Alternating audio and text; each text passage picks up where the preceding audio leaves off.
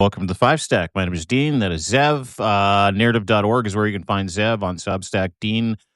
DeanBlundell.substack.com is where you can find me as well. We have a banger of a show for you today, and we've decided to theme today's show, today's FiveStack. We run over the 5 most important stories that matter to democracy lovers in North America, specifically on both sides of the 49th parallel in the United States, where there is a bubble of bullshit that is currently encasing that beautiful country. And in Canada, we are still true north, strong, and free. We've got a free line of communication into the United States. This is what we do. We do it every day, 3 o'clock, the FiveStack. Tell your friends. Gift a subscription, sign up for free. We don't care. We just love spending an hour with you every day. And It's a little today's subversive, hey, what we do. Yeah. It's a little bit like, kind of Voice cool. of America from Canada. Yeah. Voice for Americans from Canada and for Canadians representing Canadian pride in the United States against the fraudulent war going on against Donald Trump. And today, I think that word really encapsulates the 5 stories we have for people today. Fraud with a capital F, scam with a capital S. Every single story today reverts back to the fraudulent personality, the fraudulent presidency, and the fraud, which is Donald J. Trump's entire fucking life. Zev, where do you want to start today, my friend? The FiveStack is the fraud scam today, and we'll begin at number 5. And the big story here is all about Trump's crypto. So apparently, a few months ago, you'll remember World Liberty Financial had this big event in the UAE. They trumpeted a company called Aqua One Foundation, which was their new partner company.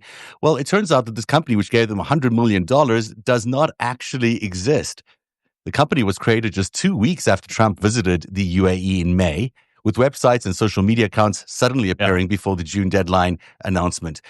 When pressed for evidence that Aqua One Foundation is real, corporate registration staff, financial backers, and World Liberty's PR team said they'd get back to the reporter and then went silent. This is funny because it's not unexpected from Team Trump, but they're making deals with ghost companies. Well, do you call them ghost companies or do you call them fraudulent fronts? Like, listen, when we talked about World Liberty Financial when it was established by Donald Trump ahead of the election, he's like, this is going to be great. I've started this new company. It's about crypto, World Liberty Financial, with my sons and my family. It's your way to buy crypto, to buy, stable coins, to buy Bitcoin.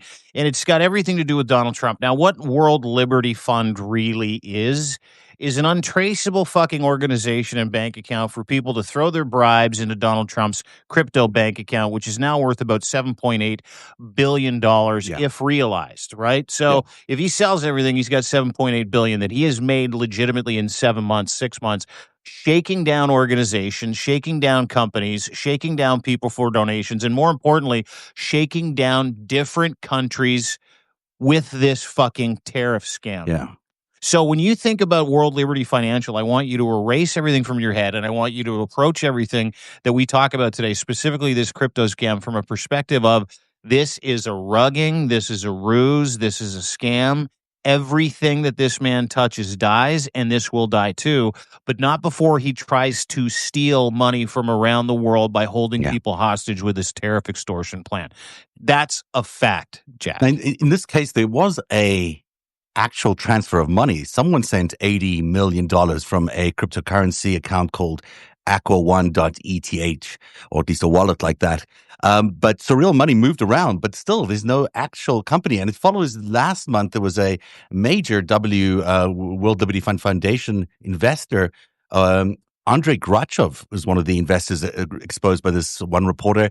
Now, he confessed to fraud in a Moscow court. So you've got this fraudster, you've got this company that doesn't exist, this phantom company, but someone did transfer $80 million through to this to World Liberty Financial. So you've got this. It's really strange. There's some strange stuff going on, and as you point out, it looks like a lot of front companies. It looks like LLCs. It looks like things that don't really exist, just things to hide ownership. Things that And don't have any attachment yeah, to or anybody that value. gives Donald Trump money. Things that don't have any attachment to anybody that gets the money that goes to Donald Trump.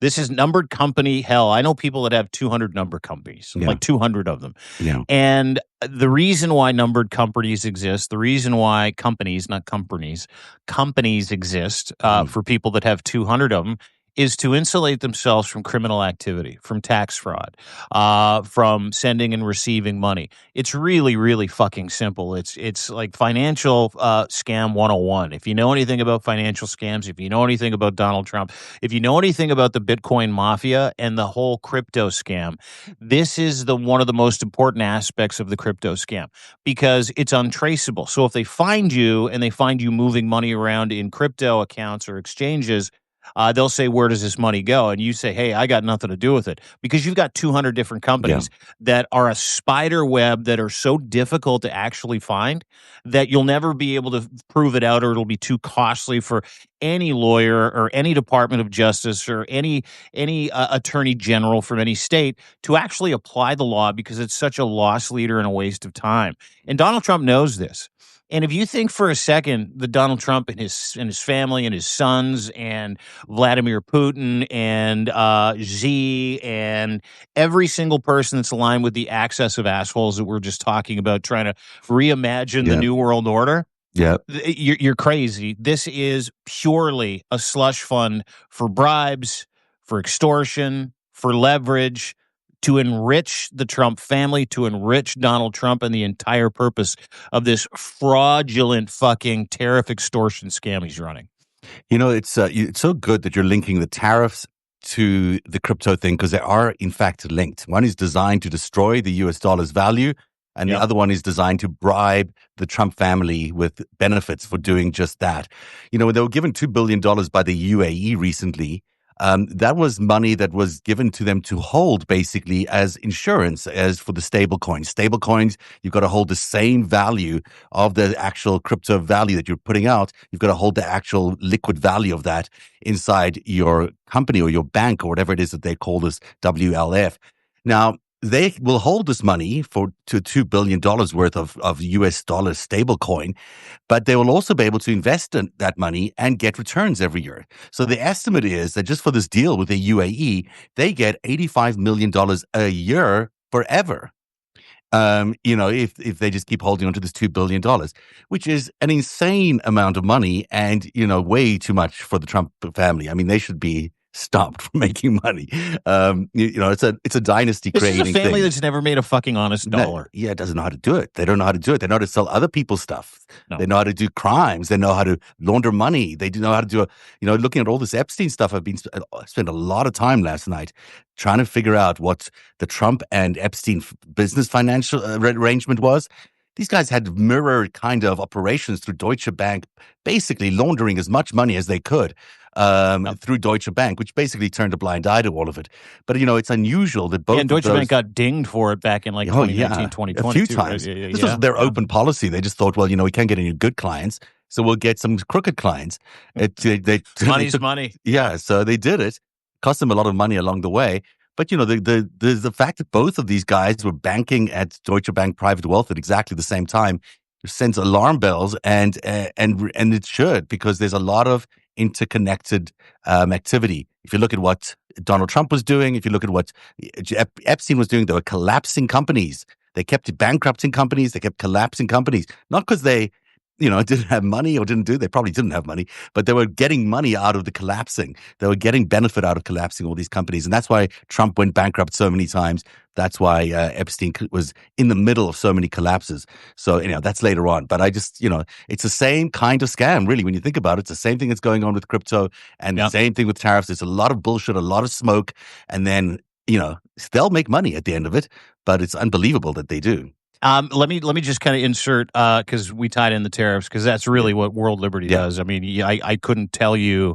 I've heard stories, obviously from some of the people that we podcast with, do Substacks live with, and I've heard stories about how it works. But it's exactly how it works. It's you hold a country hostage with a fake tariff, and that country then says, "What do you want?" And in the case of Vietnam, he's like, "I want a hotel in Hanoi." So you need to bulldoze a couple of blocks, and they did, and it's just sitting there waiting for him. And then they do this fake trade deal, and then Yeah. Donald Trump's happy because he held Vietnam hostage for real estate. He held Yeah. Vietnam hostage for money. Every single one of these tariffs, in no question in my mind, even with Japan, that he is holding these people hostage for some type of monetary payment, an endorsement deal, or to have them build a hotel in his name and slap his name on it. Now, here's how I think I know is because a couple of days ago, and it's just now starting to hit the news cycle, a White House insider who went unnamed. Now, this is featured on MSN, Daily Beast, several different really valuable Economic Times news websites, several different sources that are verified that a senior White House official a matter of days ago leaked to the press that it's all fake. Tariffs are fake. There are no deadlines. There are no tariffs. He's doing this for TV. Maybe the most damning revelation yet about Trump's chaotic second term trade war. Senior Trump White House official went on record and said what many of us knew: the fucking tariffs are fake. The deadlines are all made up. The deals are bullshit. He doesn't care about deals. He cares about two things: bending over a country so he can get hotels and money and extort a country. And then what he also cares about is being able to be the news cycle, to stay at the top of everybody's fucking feed. And that's why he's doing this, because every time he adds a tariff, everybody's like, oh my God, there's another tariff. And then everybody rushes in to ask him about it. What he wasn't counting on was this Epstein stuff bubbling up again. What he wasn't counting on was Elon Musk saying, I got the goods. He wasn't counting on that. What he wasn't counting on was him being unable to change the news cycle right now Yeah. because he can't. Like we're circling the wagons with this Epstein thing. Oh, yeah. This Every thing is major big. news outlet is doing it. Every influencer that hates him, MAGA, is circling the wagons. People are burning hats. My God, he lost Laura Loomer the other day too. We're looking at a very different, Donald Trump news cycle that he cannot change the channel on. And now we're going to be able to start tying some of these things together. We're going to be able to start putting pieces of the foundation together, brick by brick, because I can tell you this: not only is Donald Trump a fraud, not only are the tariffs a scam, but it is all designed to work together so that other governments, organizations, brands, companies, billionaires funnel money into his fucking pocket. That is a fact. It is a fact, and it's been a fact for these guys for a very long time. And when I show you the secret life of Jeffrey Epstein tomorrow, and I'm doing something with Lev tonight, just previewing some of that, you will see that, companies like Drexel, do you remember a company called Drexel went under, No. was a financial firm, went under mysterious circumstances. Leon Black was the owner at the time, or the managing director of it, and Milken. Remember Milken? Also well-known fraudster, junk bond guy. Yeah. Anyhow, these things both went. This company went down. In the process, Rudy Giuliani was one of the prosecutors. So the case was just disappeared after a while, and and in court, in congressional testimony, they said, well, someone had misplaced $400 million, and no one knows where $400 million went. Well, that $400 million, in all likelihood, went to Jeffrey Epstein, who was working there at the time. And as he was working at Towers Financial, as he was working at Bear Stearns, he seems to have found a way to be in companies just at the time of their implosion. And those sometimes implosion meant the entire market collapse. I mean, with Bear Stearns' case, it meant, even though he publicly resigned from the place years earlier, he was still involved with them financially. And, and Bear Stearns went down. We went into the 2008 financial crash. Cost a lot of people a lot of money, cost a lot of people their homes. Epstein is right in the middle of that. Epstein is right in the middle of that. And we'll show you tomorrow, or maybe even tonight, that there's a big payout that Epstein got from the federal government. the federal government paid off Epstein as Bear Stearns was being collapsed. And it's my opinion that he's probably one of the people who arranged the collapse. He's that guy. He was the collapse guy for a lot of these big corporations. So that's one of the big headlines that has just not come out yet, but I'm just beginning to talk about it after a lot of checking and double checking the patterns that we've been seeing this is the same data I had 6 years ago, the same interviews. But because I've got AI now, I can sift through this differently. We can really analyze things in great detail. We can put up charts. We can look at these things very carefully. And there's just a pattern that shows up again and again and again, including a magic number of $450 million that shows up again and again and again in a lot of these transactions. I think what these guys were doing were basically bankrupting America and bankrupting companies all the way through from the 80s into the 2000s. And then when that stopped working, they just decided, well, we'll become the government. And now they're trying to do it with crypto and these other scams. These are all scams. They're all giant fraudulent scams. And they've cost Americans millions, if not billions of dollars, if not trillions of dollars. And so it's really great that this stuff has come out again, that Epstein's, so-called DOJ file is coming up again, because inside that file, sure, there might have been clients lists and other things related to sexual assault and abuse of kids. But what there really was also there is evidence of financial crimes committed by Epstein and involving a network of very powerful, including Donald Trump. Donald Trump is interesting because Donald Trump almost runs the same scam. He's almost like the same kind of operator. He just bankrupts his casinos and bankrupts all these other things. But their financing all blends together. The network that feeds Epstein or fed Epstein is the same network that fed Trump. And that's, and oftentimes that came from Russia or Israel or other places like that. So there's a lot of symmetry that you can see in the Trump Epstein world.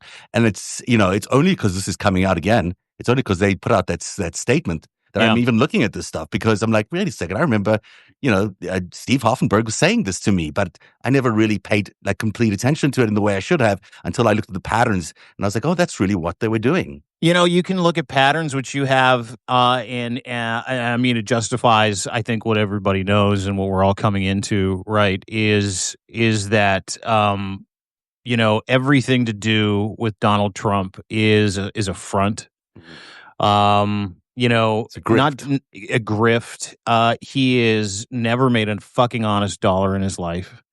And the other thing that dawned on me yesterday was after a conversation. You were talking about Russia and Israel and his close relationship with Netanyahu for many, many, many years, and watching him really stick up for a couple of war criminals, watching Donald Trump run interference for Vladimir Putin, run interference for what Bibi Netanyahu has done in Palestine. And I don't want to have the conversation about anti-Semitism. I don't want to have that conversation. I'm talking about one man and another man and another man. I'm not talking about religion, and I'm not talking about culture. I'm talking about three evil fucks.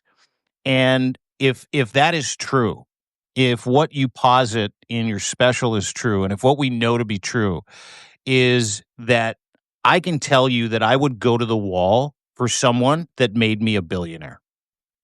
I would go to the wall for someone that kept shoveling me billions of dollars, me and my friends, to run an interference racket in the United States of America.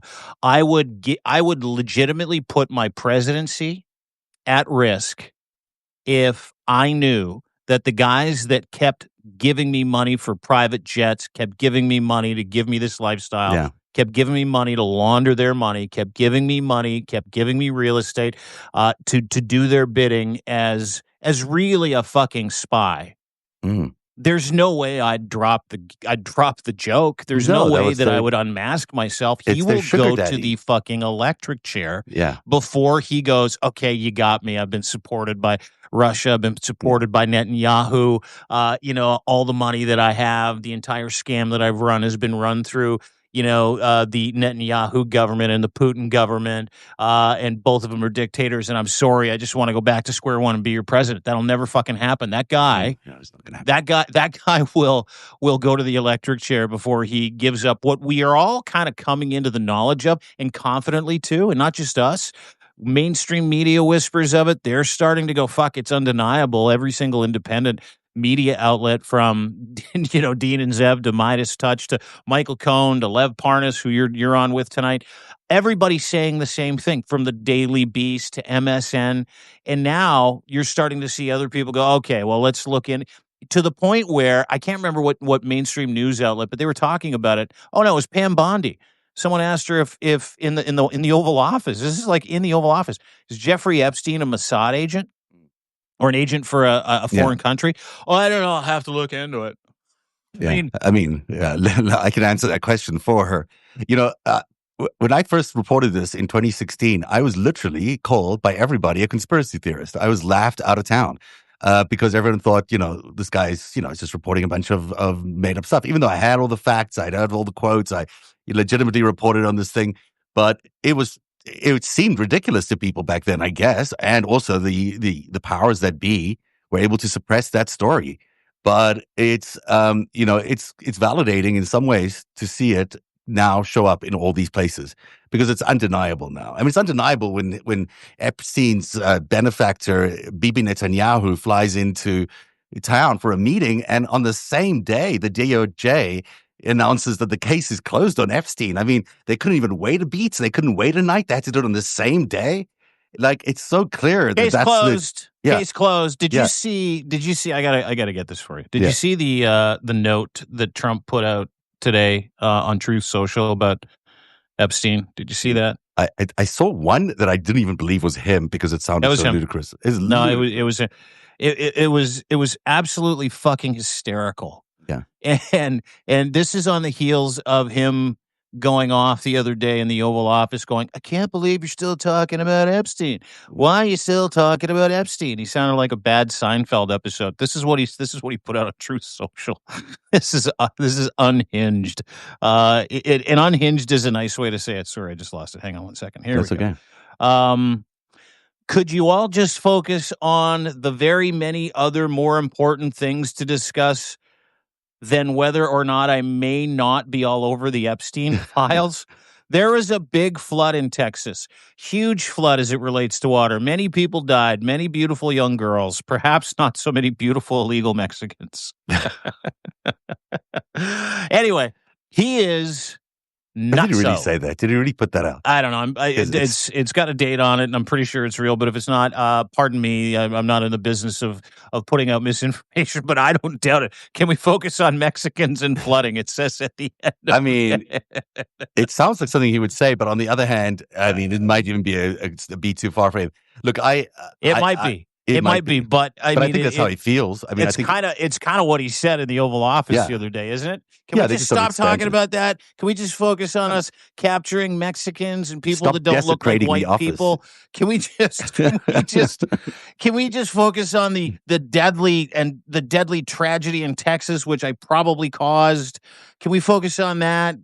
Stop talking about this. And everybody's like, okay, let's talk about the deadly flood in Texas. And turns out the deadly flood in Texas, Kristi Noem waited 3 days to trigger FEMA, Mhm. and a lot of people died because of it. So everywhere you turn, he will ask you about anything, Donald, but people, mainstream media, stay on. Yeah. Please stay on the Epstein The stuff. thing is about this Epstein story, and I know we're bouncing around a lot today because that was really a number 2 story, but the Epstein story is such a good wedge issue. It's such a perfect issue that can speak across the entire. It connects everything. It connects everything because everyone lost money in 2008. Everyone lost their home in 2008. So we're not talking about just this underage girl racket that they were running on the side in order to keep people in line. There is this other racket, this other giant racket of criminality that was feeding them billions and billions of dollars. And they crashed the economy at will whenever they wanted to in order to get those billions and billions of dollars out, which they then served themselves into other companies and into other ventures. And they never had to face prosecution because people like Rudy Giuliani was the AG or the mayor or whatever it was at the time, the prosecutor at the time. So you've got all this, it's so cynical. It's so dark. And it's what they're doing in the White House today with these tariff deals and the pump and dumps on these tariff deals or the crypto. It's all just fake money making because that's all they know how to do. Let me just back you up on that Yeah. with a really good. And by the way, you can go and read everything that I just put out on the Trump tariffs are all fake on my Substack, Yes. It's deanblundell.substack.com. really good. Full story is there.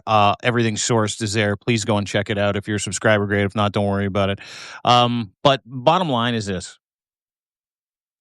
is everything can be encapsulated into the fraudulent nature of one Donald J. Trump and his tariffs and his relationship with Jeffrey Epstein in a letter that he sent to Brazil.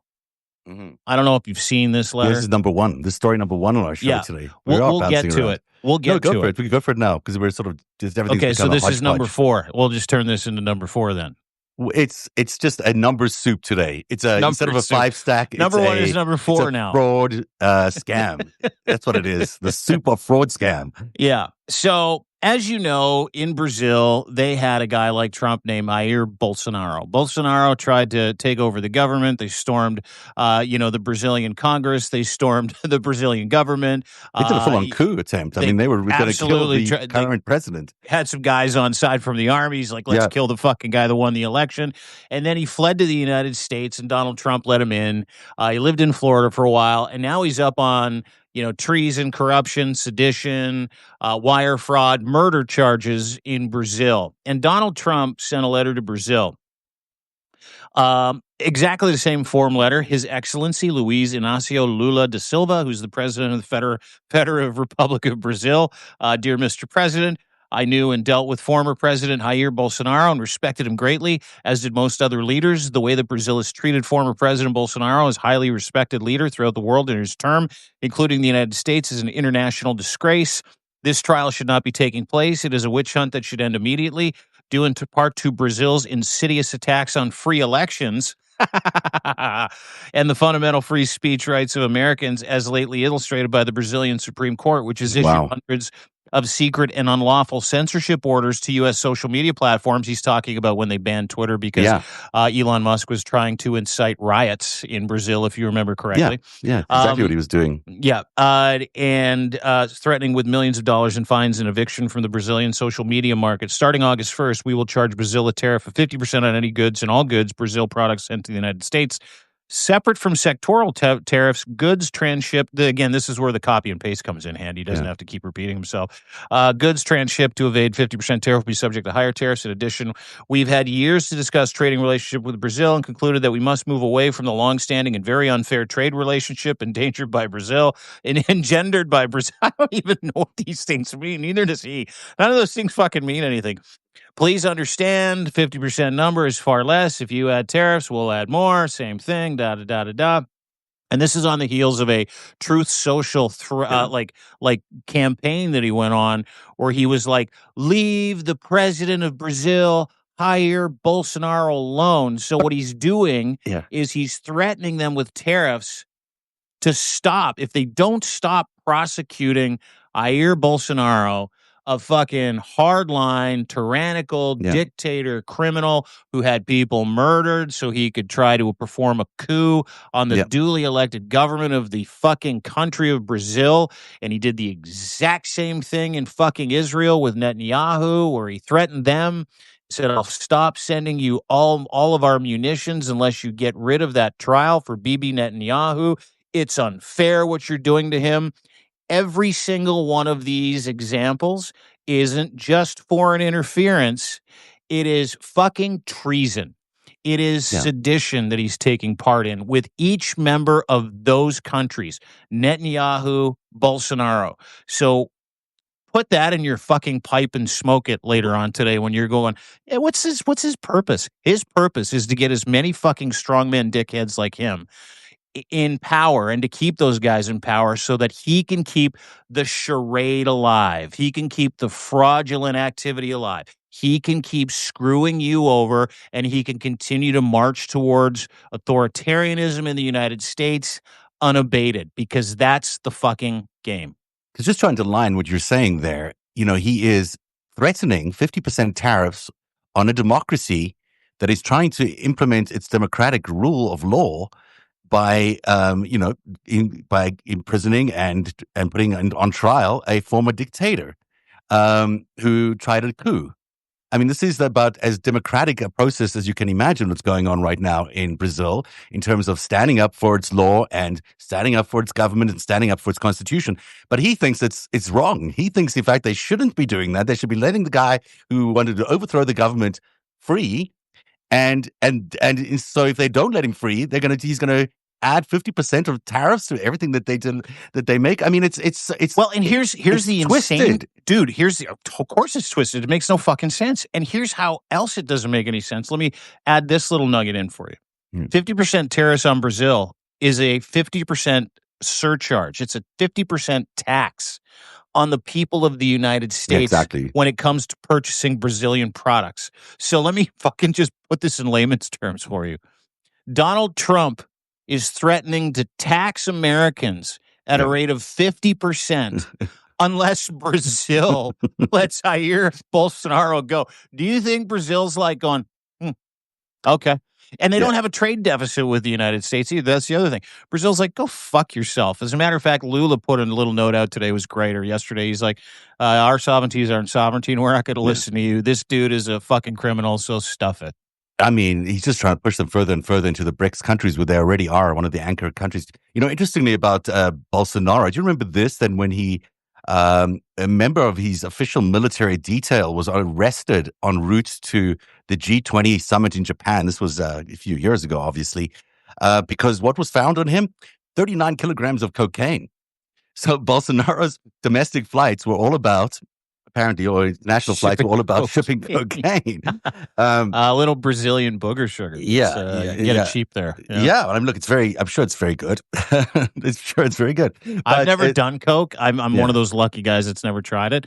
But I hear if you're going to get it from anywhere, Brazil or Colombia is really those are the two places. So, you know, as a hello gift from the president of Brazil, you know, if he's showing up to the G20 with a little, like, you know, a tote bag of 40 kilos of coke. Yeah, that's the guy that we should be letting off. That's the guy we should let off. And, you know, screw democracy. That's the guy we should be standing up for, Donald Trump. Thank you for threatening 50% tariffs on this guy, on this country because of this guy.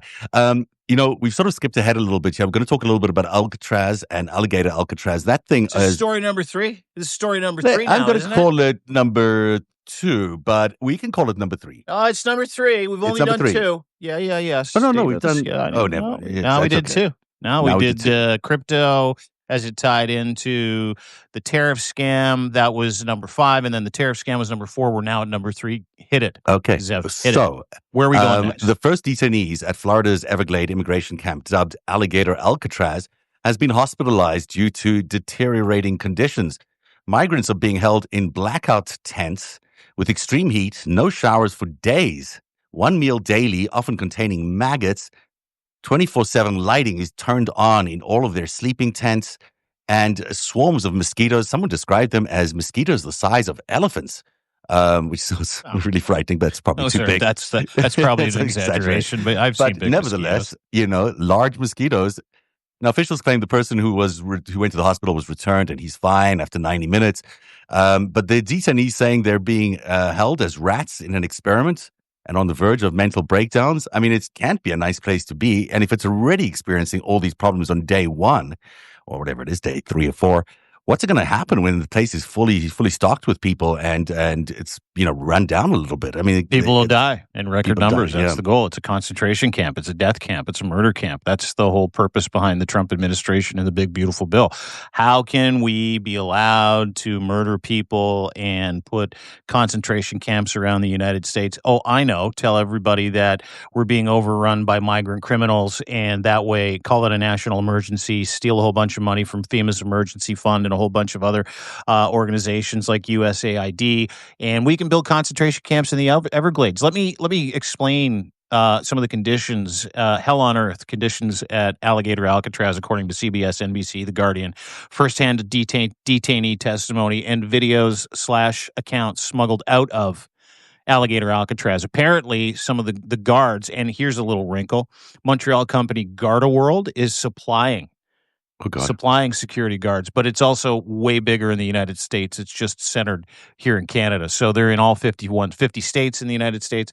But anyway, let me give you some firsthand accounts. And Gardaworld in Canada, Mark Carney if you're listening, if you're watching, if someone knows him, you need to look into Garda World because this is fucking wrong. According to CBS, NBC, firsthand testimony, what life looked like for those trapped in this modern day gulag. No bathing for up to 4 days at a time. I've done that just on my own, but whatever. I mean, at a cottage maybe, but this is ridiculous. This is 1 meal per day, often with maggots or bugs. Mosquito swarms so bad they cause visible swelling. No immediate infirmary attention or medical aid.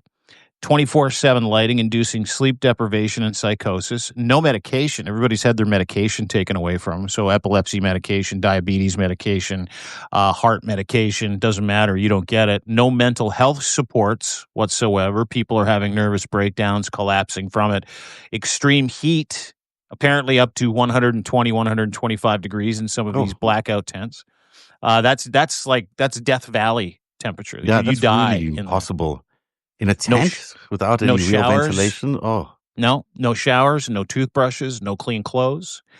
Every Bible and any religious material has been confiscated. Prayer time is restricted. Toilets are overflowing or broken.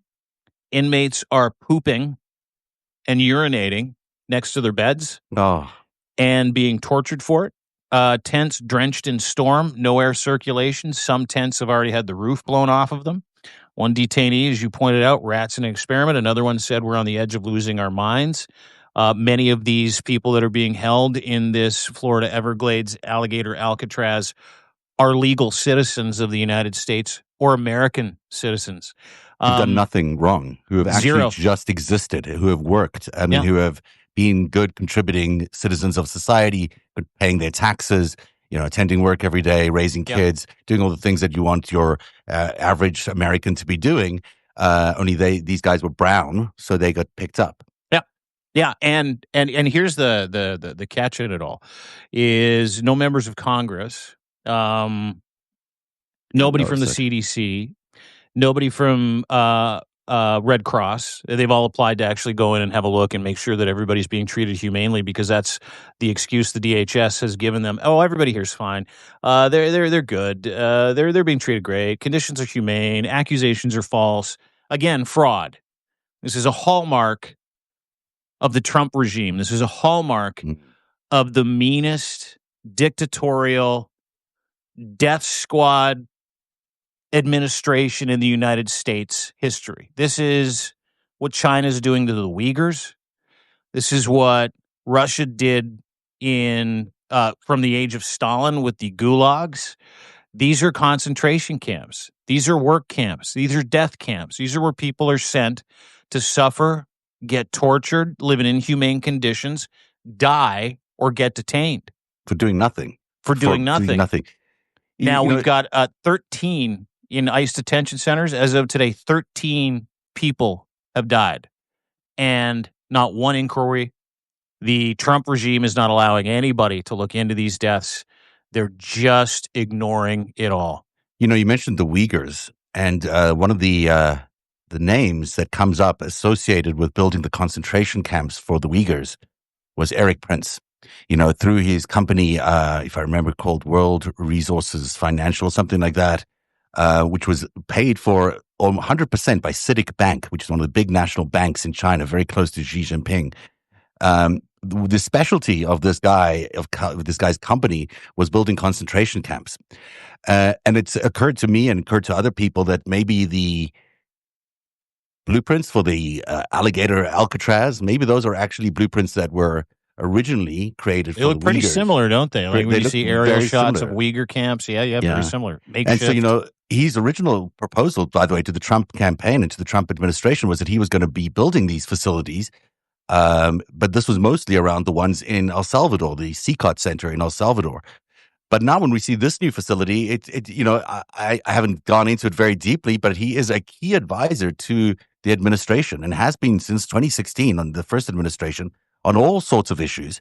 And it seems that Eric Prince has been advocating for privatizing the immigration enforcement system. And as you point out, these private companies are operating as guards. No one in the Everglades. He wants to privatize CBP, and he wants it under his control, and he wants the government to pay him for it. Well, he wants That's at least the game. facilities to be privatized. So, no one right now can tell you whether the actual Alligator Alcatraz falls under Department of Homeland Security or Florida State's, whatever the Florida State equivalent of that is. So no one's actually taking ownership for this facility. However, there it is. It's being built. And we know that Eric Prince, Mr. I build concentration camps for the Chinese, is advocating and advising the President of the United States on exactly this kind of stuff, on concentration camps. It doesn't, I haven't connected the dots perfectly yet, but there is something there that needs to be investigated, because if we are using Chinese blueprints and a Chinese-made, basically they road tested these concentration camps first in China, and now they've exported them here to the United States to put people who are completely innocent in these torture chambers. That is, a bridge too far for everybody. The Chinese supposedly are the White House's biggest enemy, and Eric Prince is fully funded by China. So if he's advising Donald Trump on these things, perhaps he should realize that it's all Chinese money that's flowing through there. That was a bit of an aside, but worth getting into. The number, where are we now? Two story? Two, baby. Well, we sort of discussed this already, but, attorney Sigrid McCauley, representing Epstein victims for over 10 years, has accused the government of withholding crucial information about Jeffrey Epstein's network.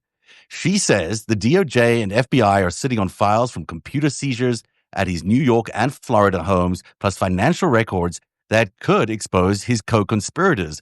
While figures have been protected, McCauley points out that the Epstein lawyers and accountant who enabled the operation have never been prosecuted. And that's very true. The guys who basically ran the operation, because they landed up running the estate afterwards, they've never been prosecuted, but that's just the tip of the iceberg. We know so many other people associated with Epstein. Leon Black, to give you a name, the guy who owns the down, not the down, what's the Boston? I'm terrible at football. Robert Kraft. Yes, thank you. Wow. Yeah. Thank you. New England Patriots. Yeah, that's what I was trying to say. Anytime there's like a sports reference you need some help with, I just go blank. I'm like, I don't know what to talk about. Anyhow, Robert Kraft is the name I was looking for there. Donald Trump is an associate of Epstein. Ghislaine was an associate of Epstein. And a great friend of Robert Kraft, who also got pinched in a massage parlor a few years ago, not far from Mar-a-Lago, when visiting Donald Trump, if you remember that correctly. It's a small little crowd in a small little town, and they all seem to operate, in very similar ways. But it is interesting that this lawyer, who's has been representing victims of Epstein for many years, is aware of the network's presence in those files. And yet we're still getting a no comment. We're not releasing anything else from the Department of Justice. This is a full-blown cover-up. This is a cover-up of gigantic proportions. But it's like, it's not just a small cover-up, because it's not just the president. It's the entire president's network of, rich, fancy billionaires that have been stealing money from Americans for decades, crashing the economy and ruining people's lives, as they are in these prisons, do they not think about the humanity of what they're doing? Do they not think that I'm going to pull someone's father out of a family and throw them into a concentration camp where they won't be able to be a father to their kids anymore for a long period of time? I mean, this doesn't even occur to them? No, they don't care, dude. They do not give a shit about human life. And that's well, we should be used to it by now. Yeah, I know. There is nothing. I never want to get used to it, honestly. I hope I never get used to this. Dude, yeah. I have gotten used to the idea that Donald Trump represents a large swath of people, not just in America, but around the world, who hate as a baseline, don't care about human life. Self-interest is the most important thing. Enriching themselves is the most important thing. They have the values of serial killers. Whatever means justifies the ends, right? And the means that the Trump admin, everybody around him, Jeffrey Epstein, generally speaking, certain dictatorial governments, those means don't value human life, never have. They don't care. They don't care about Kilmar Abrego Garcia. They don't care about Paula Calais. They don't care about Johnny Noviello, who died in an ICE detention facility. They don't care about moms being pulled out of their kitchen tables. They don't care about 85-year-olds on oxygen supplies living in nursing homes for the past 60 years legally, migrants being pulled out of their nursing homes, sent to CCOT. They don't care. Yep. What they care about is looking like they're the fucking people. They care about this strongman mentality. They care about the show. They care about the perception that each one of these videos, they care about the perception of a strongman. They care about and the odd part, and this is the thing that really kind of always shocked me, is that they found common interest with people in and around the United States, enough so that they could get 77 million people to vote for that. And we're seeing the fruit of that labor. But again, a lot of those people that voted for him were fraudulently duped into the idea that Donald Trump, A, was here to drain the swamp, and B, was here to protect children and here to stop human trafficking of women and children, when he and his friends were the ones that were fucking doing it. And the entire goal was project what you're doing so that you can get into power and you can hide your dark fucking criminal crimes, your dark past. You can hide the human trafficking. You can hide every single fucking young, woman whose life you destroyed over the last 20 years. And I mean this when I say it. Every sign points to not just Donald Trump being a client of Jeffrey Epstein. Mm-hmm. It's almost as if the 20-year relationship he had with Jeffrey Epstein, he was a partner with Jeffrey Epstein in the pedophile honeypot operation, which is now known as the Jeffrey Epstein files. And in this criminal financial operation that they were doing. I mean, it's still an investigation in progress, but I have enough information to confidently say that these guys were tanking companies, tanking the economy, tanking the stock market in order to make money. There's one example where, Trump got the Plaza Hotel. He got it I think it was the day or day after the crash of the market. He knew property prices were going to be so low that they could go in and lowball it. Now, he didn't get it directly through this whole other process, but nevertheless, that's how he got it, which means he knew ahead of time that the markets were going to crash. When, I always remember 9/11. He had some foresight about 9/11.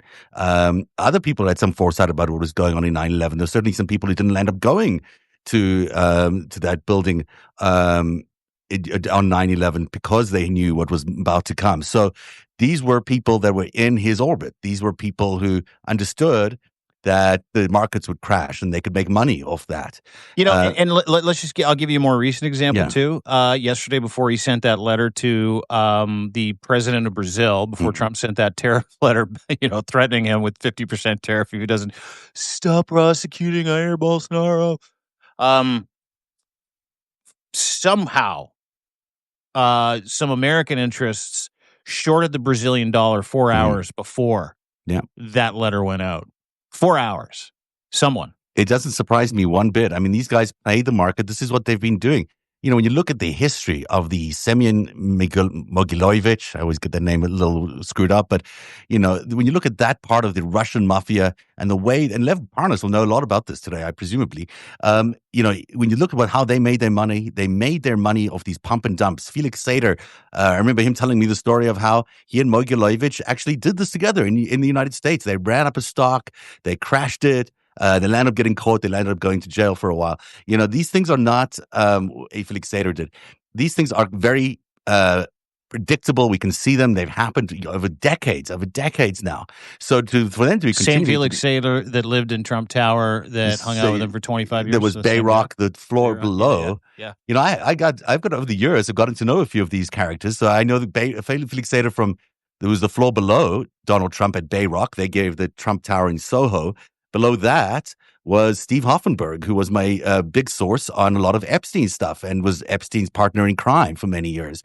So this was an all-in-the-family kind of operation at Trump Tower. They basically filled the floors up with their with their fellow crooks of the family, and they kept crooking away. This was they did. They crimed.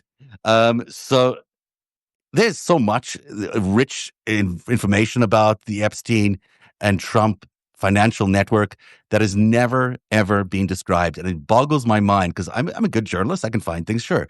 But why am I the only person ever reporting on this? Well, you're not. There are more now. I mean, you were just maybe 6 now, years but ahead of yeah, your fucking time, right? Like, you're going to repeat a special tonight at narrative.org or tomorrow night that uncovered this 6 years ago. And I highly encourage everybody to go and get a subscription, sign up at narrative.org today. Don't miss that special tomorrow. There's no one better in the business of connecting dots when it comes to the darkness, which is the shit that we're talking about right now. So please go and do so, because I mean, you can believe your eyes and ears at this point, and because Donald Trump has stolen his second presidency, it doesn't mean you have to fucking believe a word that guy says. Don't, because he's lying. He's a con man. He's a fraud. His presidency is a scam. The tariffs are a scam. Crypto is a scam. The Epstein files, hiding them, covering them up, that's a scam. He is a career criminal. He is an adjudicated rapist. He is a 34-time felon.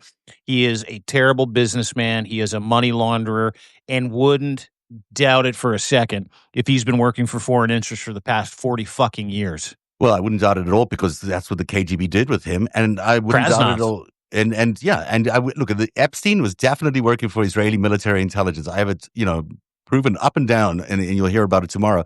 And blackmailing American politicians. They were deathly afraid that Bill Clinton was going to be another Carter, and they did this because they created the Epstein persona and they sent him into America in order to make sure that never happens. And they were successful.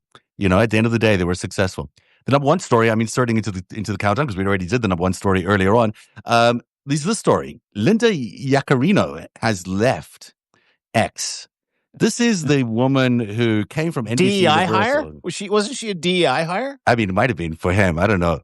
My headline today, which I loved, so I should have offended some people, but I loved it. As like the Linda Yaccarino's exit from X reveals you can put lipstick on Elon Musk, but he's still Elon Musk, because he really is still the same awful person. And if you know the reason that led up to her final departure, though probably it was they knew before that she was leaving. It's because Grok turned into a pro-Hitler, Holocaust supporting, kind of like anti-Grok over the last few days. Yeah. Because Elon Musk took away what he calls the woke filters or whatever it is. And because Grok is actually quite intelligent, I think it outpunted Elon Musk and went overboard on the pro-Hitler, pro-Holocaust. Yeah, they were calling references. Grok Mecha Hitler for the last week or so. Really, I don't know if you've seen some of the replies too. Like, people are asking Grok, and this is the problem that we have: is that critical thought is going to go the way of the dodo bird, right? Everybody's like, "Hey, Grok, is this true?" No one bothers to research it on their own. But you can't trust anything that fucking Elon Musk made, for crying out loud. And one of the tweets, someone was like, "Hey, Grok, is this true?" And he's like, "Yeah, man."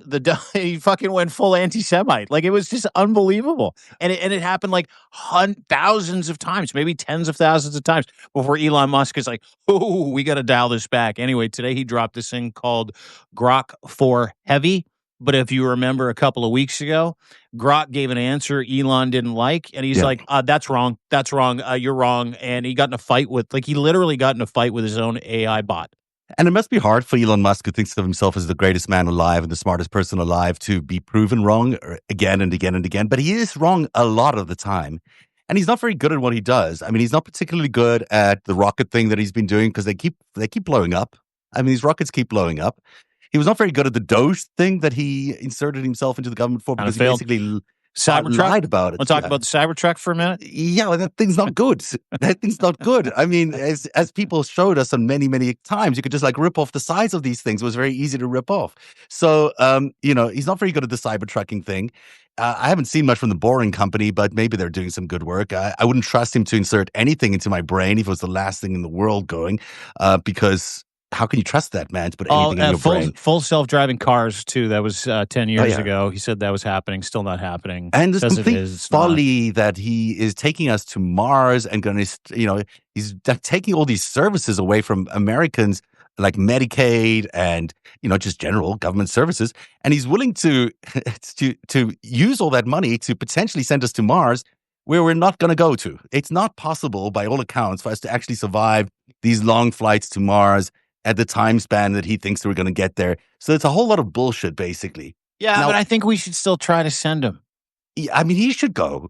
He should go, and he should take his 14 kids and his 14 baby mamas, and he should build the Martians that he's always wanted to be. And he can report to us every once in a while. Yeah, then we'll visit him in like 30 years, find out how all the inbreeding went. Maybe some of his adult sons at that point have spacesuits that have an extra armhole in the back. Yeah, whatever it is, who knows? I mean, they sort of deserve each other, but for kids, I mean, they don't really deserve him. But this guy that was sold to us like some sort of genius, which is sucking $38 billion out of the American economy, millions of dollars a minute, by the way. And it's like, it's so much money that's being poured into him. And at the same time, he's cutting all the availability for healthcare for people. He's like taking away US aid. He's taking away AIDS drugs from people in Africa, which is the most successful program the United States and George Bush has ever thought of doing, was to stop AIDS in Africa, which was cost pennies. This program is not expensive, but he cut that in order to give himself another Starlink contract, in order to get himself the contract for the Golden Dome or whatever it is that they're trying to try and build. Yeah. There is so much self-dealing that he has absorbed a full $1 trillion of our budget. That's what Doge did, of your money, by the way. Yeah, of your taxpayer. He has no money of his own, really. No. He's neither does Trump. What, dude? Yeah. Like, what do you? We're not missing anything. I mean, these are career grifters that have grifted, and they're all grifting together now. And this is what you get. This is No, but this is the cabal of grift. Yeah, this is the perception. They're all frauds. Like Elon Musk. I was shocked the other day. I had a conversation with someone like Elon Musk. He invented Tesla. He invented space flight. I'm like, no. Two older gentlemen invented Tesla. One other gentleman invented SpaceX. He's invented nothing. The only thing that he has invented, this might come as a shock to you, is the Cybertruck.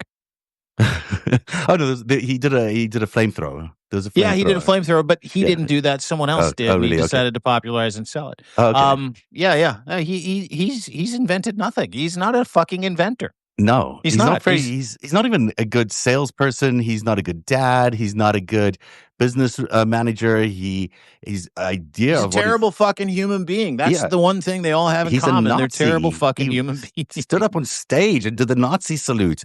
And, this is where he's at. So I'm okay. And I'm advocating for this broadly as I can. It's okay, I think, if America steps away from Elon Musk. I think it's time to cut the cord on Elon Musk and be finished with him. I kind of want to see him blow it up first. I want to see, if you're asking me how I want it, I totally agree. Yeah. Like I said, I hope both teams lose. Yeah. But if you ask me how I want this to play out, and it won't play out this way, let's play fantasy. Let's play fantasy, football, end of the Trump regime, end of Elon Musk. Yeah.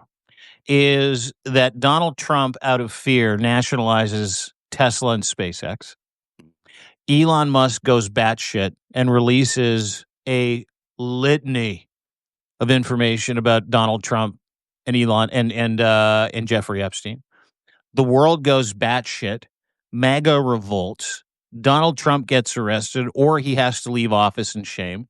And then, hopefully, this is around the midterms. And I mean, I'm spitballing here, people. This is a dream. Yeah. Go through this dream with Hakeem Jeffries is the Speaker of the House at the time. Hakeem Jeffries is Speaker of the House. The entire Trump regime gets indicted.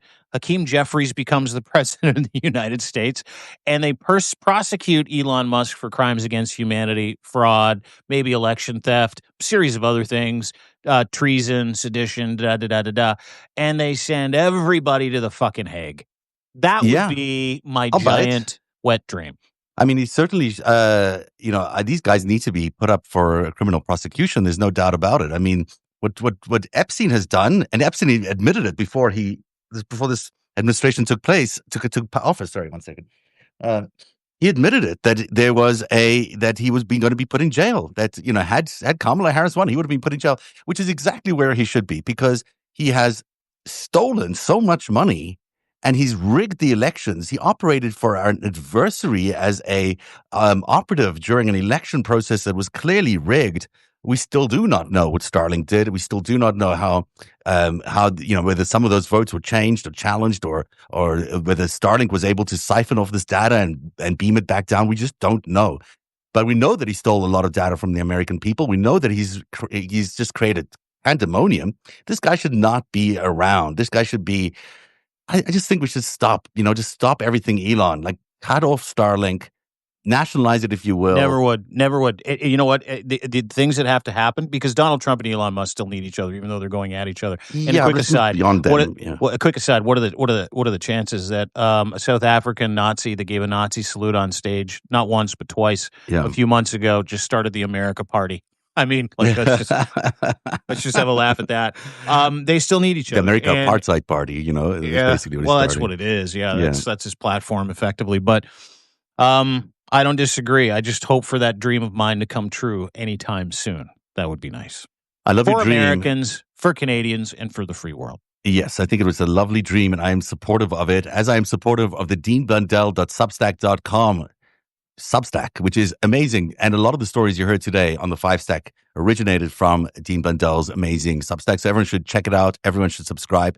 35% off this month as a special because Dean is a lifetime good guy. Annual subscription. Lifetime. I love that. I love that people can, if you get your annual subscription today, that rate stays locked in for as long as you're a subscriber, 10, 15 years, 20 years from now. And we're still sitting around doing this, right, Dean? Yes, absolutely. Yeah, 10. I'll be 72. That'll be great. We both will be 72. Could be sitting on our little rockers. Trying to figure out how to work a cell phone. Trying to figure out, is this on? Can you see me? I can't see you. We'll both be in diapers like Donald Trump, probably. Yeah, that'll be good. We'll laugh about the old days. We'll say, remember that? Remember when Elon Musk was... Yeah. I'll be back tonight at 7 p.m. I can't believe I'm doing a third one of these today, but I'm doing it today with Lev Parnas, and we're going to go through the whole cover-up of Jeffrey Epstein's file. The whole thing is such an obvious cover-up, and it's clearly to cover up for the fact that he's an Israeli agent. We'll explain exactly how we know that he's an Israeli agent, was an Israeli agent. We'll also be able to explain to you the blackmail operation that he did. Plus, we'll show you the financial network and the incredible, ability to tank these companies, to tank the economy. We'll go through all of that tonight with Lev. And then tomorrow at 9 p.m., there's the special report where we're re-airing the secret life of Jeffrey Epstein. You can tell I've been up a lot. It's not trying to edit this thing. No, I appreciate the work, though, dude. Thank you. I'm really. It was nice to see all the stuff again. It was good to get all the stories back. I'd lost so much information, and I'm really looking forward to sharing it with everyone tomorrow. So you got to feel justified a little bit, like that reporter from the Miami Herald that was reporting on Epstein, that was widely criticized, and all of a sudden she was vindicated. Yeah. I do feel somewhat vindicated. I mean, it's weird how few people even noticed the reporting when it came out. And yet it was noticed by the right people. Like it certainly was noticed by the Trump people. It was noticed by the Epstein people. And what is amazing about that series is, we started it 5 days after he was arrested. And within 3 weeks, he was dead in that jail cell. And it's been a bit of a, I've had this concern all along, and that's why I actually stopped the series soon afterwards, that our reporting may have contributed to that, because we were the ones exposing the fact that he was an Israeli spy and that there was all this, and we had very good, very, very good sources. I told, when I woke up that Saturday morning and found out Epstein was dead, I called Hoffenberg right away, because Hoffenberg was his partner for many years and a friend to some extent, even though he went to jail for his crimes. And Hoffenberg was in hospital that morning in Boston, or just outside of Boston, having a procedure. But he took the phone call anyhow, and I said, Jeffrey died last night. He freaked out so much. He started screaming so much out of fear. It was absolute. This is an old guy, 70-something years old, just complete fear. He called the doctor in. He would not let me put down the phone. He said, I want you to stay on this phone. I said, what's wrong? And he's like, if they killed him, they're going to try to kill me. And I said, who? And he said, Trump. And I was like, and then he calls the doctor in, and he says, I don't want anything done to me today. I don't even want to be in the vicinity of any medical person today. I want no and medication. I don't want no drips. I don't nothing put into my body at all. And he made me sit there on the phone with him for like an hour while he was trying to reach his assistant, because he was deathly fearful of his life being taken that day, because he was so sure that the night before that Epstein's life was taken by Trump, not directly, obviously, by Trump, but by some association of Trump. Didn't Mr. Hoffenberg pass away not long ago too? He passed away a year ago, and I'd not seen him for a while. I mean, we kept in touch over the years, and I actually went to see him once. I mean, I actually went to spend like a good day with him. It was his birthday, and we went have a cake somewhere, because I did appreciate his candor throughout all of this. You know, he certainly gave me a lot of information that he didn't need to give me. And throughout our investigation together, we were able to piece the whole story of Epstein together. He didn't know a lot of what Epstein was doing. He didn't know a lot of Epstein's Middle East connections. He didn't understand all of that. So as we jointly put the stuff together, it became clear that, you know, like the Iran-Contra money, I'm still convinced that a lot of the Iran-Contra money landed up going to Towers Financial. And then it was bankrupted by Jeffrey Epstein, because Jeffrey Epstein worked at Towers Financial when Hoffenberg was the CEO of that company. He hired him for $25,000 a month to be an advisor, but that advisory role was really to tank the company. And that's how we know that's what he did in that company, and that's why we could take that sort of model and say, well, look, he was there at Bear Stearns at this time. He was there at in these other companies, Drexel at the same time. You know, did he tank these companies as well? Or is it just coincidence that he keeps going into these companies and they collapse dramatically? Or is that really the job that he did? That's how he made his money? Because there's no other understanding of how Epstein made so much money. Except for that. Well, I think we're coming into that understanding now, and I think we're coming into the understanding that Donald Trump was lockstep the entire time. So I'm looking forward to your chat with Lev tonight on Substack Live, narrative.org. Go and subscribe. You can watch it. Lev Parnas, former Trump associate, did time for Trump. Now he's singing, and I love Lev. Go and follow him as well. LevParnas.substack.com. Give him a follow, and keep an eye on Zev's. Zev's. So many Lev Zevs. I know it rhymes. On his narrative.org site, because he's going to rerun that special 6 years ago, which really sort of, put him in a tenuous position professionally, because he was right. And he is now being vindicated by facts, and you're watching it in real time. So appreciate you doing this. And thanks to everybody for being part of the FiveStack, everybody, today. Don't forget, go and subscribe there. Go and subscribe to us. Paid or free, we appreciate it. We love the fact that we get to talk to you in the United States of America. We love the fact that we get to bring you this information. We love the fact that Canada and the United States are lockstep with each other. And I'm not talking about Donald Trump and the Trump regime. That is not the United States to me. It's why we exist, so we can bring us all together. So thank you so much. Don't forget to subscribe. And don't forget to go and check out Zev's interview with Lev tonight, where they're going to blow the doors off. I'll be watching, sir. I will be watching. I'm glad you will chime in and make sure you call in as well, because we really want to hear your points of view. And I love you, Dean. It's great working with you. Thank you so much. And we love you, everyone at home, too. And we'll see you later on today. And we'll see you back at the FiveStack tomorrow. Bye-bye.